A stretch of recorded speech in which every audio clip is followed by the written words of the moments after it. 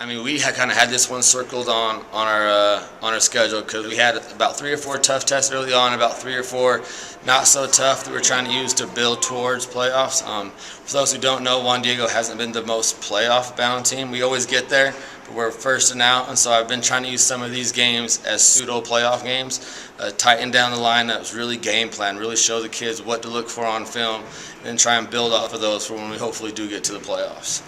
Talk a little bit about that fourth quarter. That really was the X factor that really, broke you guys out. Really onto the kids. They just kept. I mean, we were trapping really the all 3 quarters. The fourth quarter, we had a slight adjustment with our guards and our forwards switched, and that slight adjustment, it seemed like they couldn't kind of. They didn't have any chest piece back for that. We had probably 3 or 4, 5 deflections per play, and that just led to easy open layups. But definitely the trap defense changed the game.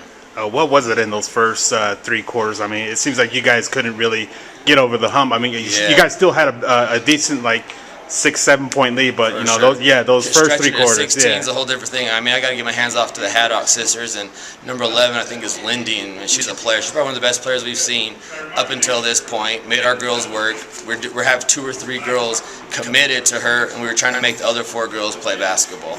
So it didn't seem like they were as comfortable being that girl, so we did a lot of pressure and make them step up. I mean, the Mills twins came up pretty big, but Becca, how about her play tonight? Those dagger threes go from 2 to 5 point lead, or an 8 to an 11 point lead. Really takes the ump out of a team when you give up a 3 like that. So, and she's a workhorse on defense, man. You can't underestimate all those deflections, all those steals. She always gets other team's best player, and I don't know what we would do without her. She's definitely a glue piece. What does this win, mean to you guys? And what do you see this win as far as you guys coming together as a team? I mean, you guys have lost the game now. Oh yeah, definitely. I mean, I'm trying to. You never root for your team to lose, but you also kind of want to get a building block in there, and it's always hard sometimes.